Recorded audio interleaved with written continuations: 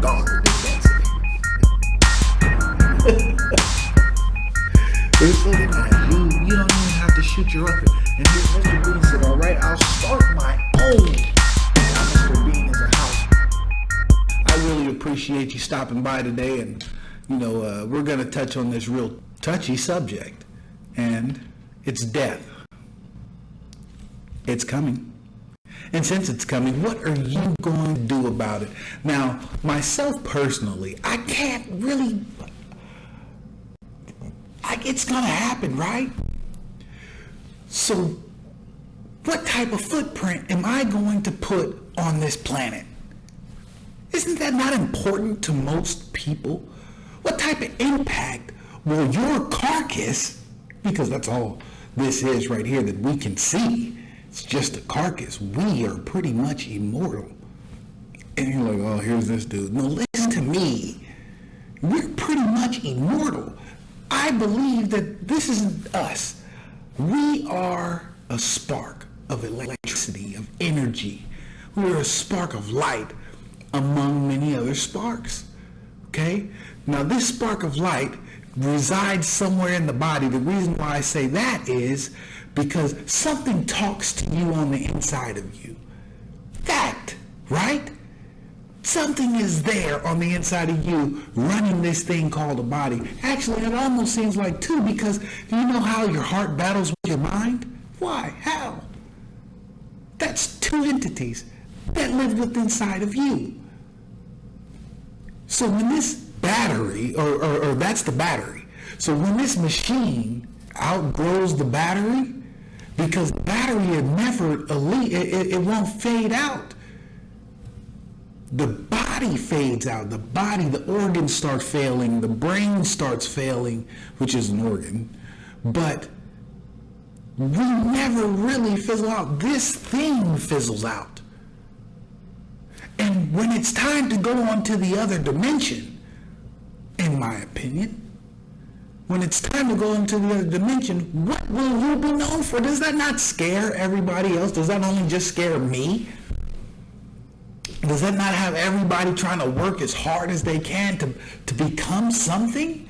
To do something bigger than themselves? Are you going to leave your kids property? Are you going to have something for your grandkids to gnaw on? What will you do? And I think about that to myself, and it's so terrifying. I am obsessed with personal development. With personal development, it builds self. When you build self, it has to, once you do it on the inside, it's going to shine out. That light is going to shine out. Something in us are magnets. It's a magnet. It'll call money. It'll call anything else. So when we're dealing with death, you got to understand it is coming. And we don't know how long we have. I've had homeboys die at 10. I've had friends die at 10. And you would have asked any of his friends, any of his family, they would have said, no, he's going to live to be 180 years old. I had friends die at my age. I'm 36. Isn't that ridiculous? I was just talking to my wife the other day. I can't go 2 years without having somebody around me close die. But that's a testament to how many people I know. I know a lot of people. And the lifestyle choices that I choose to do when I was a kid. Of course, I was a street kid. I ran the streets. What happens when you run the street? You die. So those people who ran the streets, what is their legacy? Now there's some people that we as friends will never entirely ever forget. But then those people better hope that they have a friend like me that's going to tell their story. They should have told their story. They should have started their business. They should have sang that song. They should have acted in that movie. They should have did that, because now they're dead. And there's no coming back until the next lifetime, which there's the next lifetime. We go back up there, we hang out a little bit, coup parlay, say hi, then say bye, and say, I'm going to go live a life. Because up there, you just don't, it's not up there is it's peaceful. There's no type of acid there. It's all alkaline. So it's all great feelings, good vibes, incredibleness. That's what's happening up there. And so sometimes, as entities, how we are, because we are entities, electrical entities, we will be back. We say it. I'm going to go back, guys. I'm going to go live a life. Maybe your closest will say, all right, let's go. First, here's a game. What are we going to accomplish in these lifetimes? We all know we're going to meet up. What are we going to accomplish? We're not going to know this is us. But it's all for a bigger reason. It's all a game that angels play because we are just that. We are a piece of our Creator. And being a piece of our Creator, we are infinite beings, so we don't really die. We don't really go anywhere. What we do is we evolve. We evolve, we come back, we might come back in the same bloodline, and we do our best to better that aspect of our living. We do our best to better that bloodline. So the next thing you know, you're the Bill Gateses of the world. You understand what I'm saying? You're the Ray Krocs of the world. You better your bloodline, you learn your lessons, you hone your skills. That's what a lifetime is for. Some people have to come back multiple times to learn the same identical thing because they're young souls. Young souls, they're Yahweh's still creating. Right now, He's creating. His creation is an infinite imagination. So imagine that, can you? Isn't this weird? And then this time, if you look around you right now, one day, your eyes will close. And you need to figure out, what are you going to do with yourself now? Just in case tomorrow comes, your wife is taken care of. When tomorrow comes, your children is taken care of.